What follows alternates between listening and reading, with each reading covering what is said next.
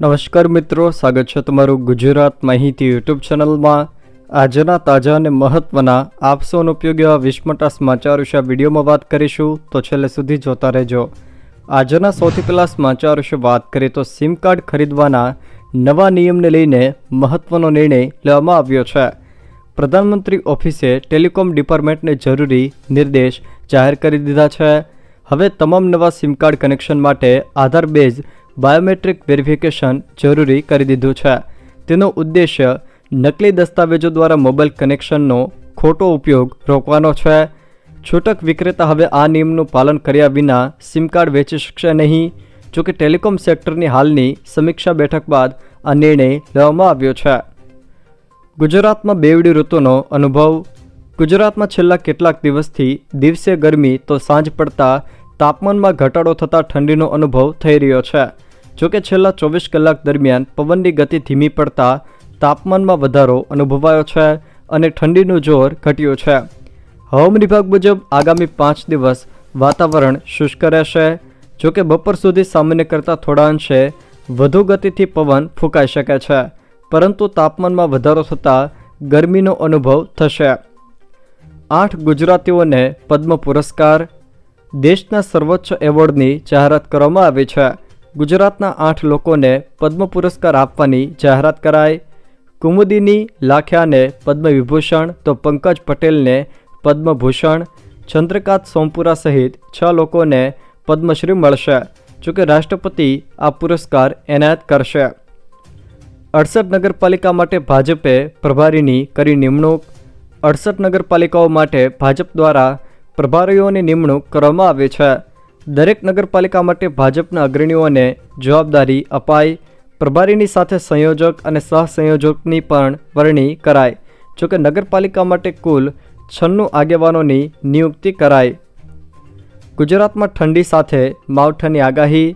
જાણીતા હવામાન નિષ્ણાત અંબાલાલ પટેલ દ્વારા આગામી દિવસોમાં ગુજરાતના હવામાનને લઈને મહત્વની આગાહી કરવામાં આવી છે।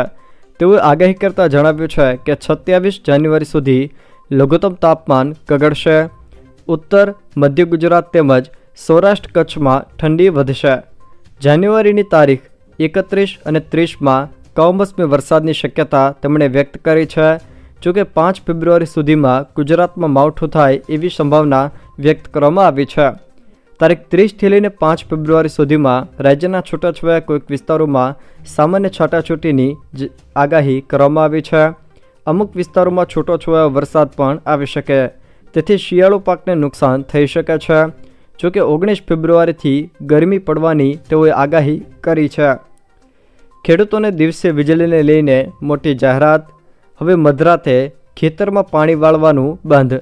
96% ગામોમાં દિવસે વીજ પુરવઠો શરૂ। જોકે 16,000 ગામોમાં 18.95 લાખ ખેડૂતોને રાતના ઉજાગરા નહીં કરવા પડે। 11,927 ગામોમાં સિંગલ શિફ્ટમાં, 4,634 ગામોમાં ડબલ શિફ્ટમાં વીજળી અપાયાનો ઉર્જામંત્રીએ દાવો કર્યો છે। ખેડૂતોને દિવસે વીજળી આપવાને લઈને ઉર્જામંત્રી દ્વારા મહત્વની માહિતી આપવામાં આવી છે। રાજ્ય સરકારે ખેડૂતોના હિતમાં આ મોટી જાહેરાત કરી છે। ઉર્જામંત્રી કનુભાઈ દેસાઈએ જણાવ્યું હતું કે અત્યારે રાજ્યના 96% ગામડાઓ એટલે કે કુલ 18,225 ગામડાઓ પૈકી 17,193 ગામના ખેડૂતોને દિવસે વીજળી આપવામાં આવ્યું છે। માત્ર 4% ગામડાઓ એટલે કે 632 ગામ એવા છે કે જેમને રાત્રે વીજળી મળે છે।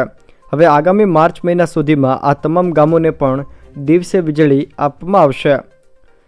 ગુજરાત ભાજપના ફરાર ધારાસભ્ય કુંભમાં દેખાયા। દુષ્કર્મના ગુનામાં 100 દિવસથી ફરાર બીજેપી ધારાસભ્ય ગજેન્દ્રસિંહ પરમાર પ્રયાગરાજમાં કુંભમેળામાં દેખાયા છે। ગાંધીનગરના સેક્ટર 21 પોલીસ સ્ટેશનમાં તેની સામે ફરિયાદ નોંધાઈ છે। હવે કુંભમાંથી તેનો વિડીયો સામે આવ્યો છે। તેના ડ્રાઈવરે ભૂલથી ફેસબુક પર વિડીયો પોસ્ટ કર્યો છે, જેમાં તે પિતરાઈ ભાઈ અને કમાન્ડો સાથે જોવા મળ્યો। જોકે હવે પોલીસના દાવા અને કામગીરી પર સવાલ ઊભા થયા છે। જીઓ, એરટેલ અને BSNL યુઝર્સ માટે સારા સમાચાર। હવે જીઓ, એરટેલ અને BSNL યુઝર્સ સિગ્નલ વગર પણ ફોન પર વાત કરી શકશે। સરકાર દ્વારા તાજેતરમાં જ ઇન્ટ્રા સર્કલ રોમિંગ સર્વિસ શરૂ કરવામાં આવી છે, જોકે આ સર્વિસનો ફાયદો તમામ મોબાઈલ યુઝર્સને મળશે. જીઓ, એરટેલ અને BSNL હવે ડિજિટલ ભારત નિધિ દ્વારા ફંડ કરવામાં આવેલા 4G મોબાઈલ ટાવર્સનો ઉપયોગ કરશે. આ ટાવર્સ પહેલાં કંપનીઓના પોતાના હતા, પરંતુ હવે તેમને ડિજિટલ ભારત નિધિ દ્વારા ફંડ મળશે.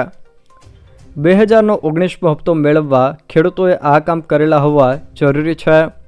PM કિસાન સન્માન નિધિનો 19મો હપ્તો ટૂંક સમયમાં આવવાનો છે. જો કે તેનો લાભ લેવા માટે તમારો મોબાઈલ નંબર એક્ટિવ હોવો અને આધાર કાર્ડ સાથે લિંક હોવો જરૂરી છે. એવી પૂરી શક્યતા છે કે ફેબ્રુઆરી મહિનામાં PM કિસાન યોજનાનો 2000 રૂપિયાનો 19મો હપ્તો ખેડૂતોના ખાતામાં નાખવામાં આવશે. જો કે સરકાર દ્વારા તેને લઈને હજુ સુધી કોઈ જાહેરાત કરવામાં આવી નથી. 14 જૂન 2025 સુધી મફતમાં ઓનલાઈન આધાર અપડેટ કરી શકશો. UIDAIએ આધાર કાર્ડ અપડેટ કરવાની મફત સેવાની સમયમર્યાદા ફરી એકવાર લંબાવી છે. હવે તમે 14 જૂન 2025 સુધી ફ્રીમાં ઓનલાઈન આધાર કાર્ડ અપડેટ કરી શકો છો. પહેલાં આ સમયમર્યાદા 14 ડિસેમ્બર 2024 સુધી હતી, પરંતુ હવે લગભગ 6 મહિનાનો સમય આપવામાં આવ્યો છે. UIDAIનું પગલું લાખો લોકો માટે રાહતરૂપ છે. જોકે આધાર કાર્ડ ધારકોને આ સુવિધા આપવા અને તેમની માહિતી અપડેટ રાખવા માટે આ પગલું ભરવામાં આવ્યું છે. એક્સ પર જારી કરાયેલા પોસ્ટ પર UIDAIએ કહ્યું કે આધાર અપડેટની મફત સેવા 14 જૂન 2025 સુધી ઉપલબ્ધ રહેશે, પરંતુ આ સુવિધા ફક્ત માય આધાર પોર્ટલ પર જ ઉપલબ્ધ છે. હવે EPFO ધારકો કોઈપણ રાજ્યની કોઈપણ બેંક, કોઈપણ શાખામાંથી તેમનું પેન્શન ઉપાડી શકશે. EPFO હેઠળ આવતા દેશભરના ખાનગી ક્ષેત્રના કર્મચારીઓને કેન્દ્ર સરકારે મોટી ભેટ આપી છે. EPFO સાથે સંકળાયેલા કર્મચારીઓ માટે કેન્દ્રીય પેન્શન સિસ્ટમ શરૂ કરવામાં આવી છે. મતલબ કે હવે તેઓ દેશના કોઈપણ રાજ્યની કોઈપણ બેંક કે કોઈપણ શાખામાંથી તેમનું પેન્શન ઉપાડી શકશે. કેન્દ્રીય પેન્શન સિસ્ટમ દેશના તમામ 122 પ્રાદેશિક EPFO કચેરીઓમાં લાગુ કરવામાં આવી છે. મુખ્યમંત્રી કાર્યાલયની વેબસાઇટ પર હવે બોલીને ફરિયાદ નોંધાવવાની સુવિધા શરૂ. CMOની વેબસાઇટ પર રાઇટ ટુ CMO માટે મુખ્યમંત્રી ભૂપેન્દ્ર પટેલે ભાષાના અવરોધોને દૂર કરવા સ્વર પ્લેટફોર્મની લોન્ચ કર્યું છે. વેબસાઇટ પર સ્વર પ્લેટફોર્મ કાર્યરત કરવામાં આવ્યું છે. રાજ્ય સરકારની વેબસાઇટ પર હવે બોલીને ફરિયાદ નોંધાવી શકાશે. સ્વર પ્લેટફોર્મ થકી રાજ્ય સરકારની વેબસાઇટ પર નાગરિકો પોતાની અરજી કે ફરિયાદ નોંધાવી શકશે.